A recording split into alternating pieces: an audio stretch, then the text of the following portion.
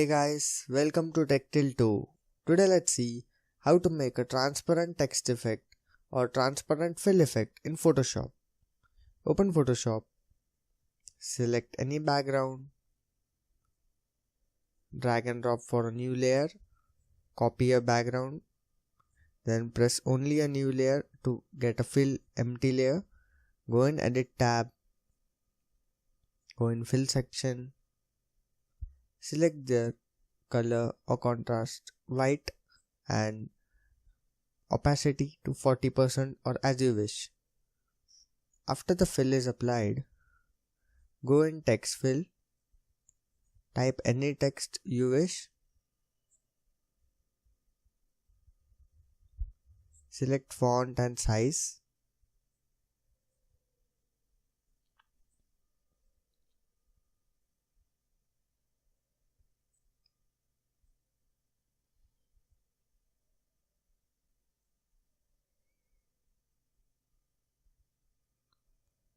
for example I wrote Techtilltoe.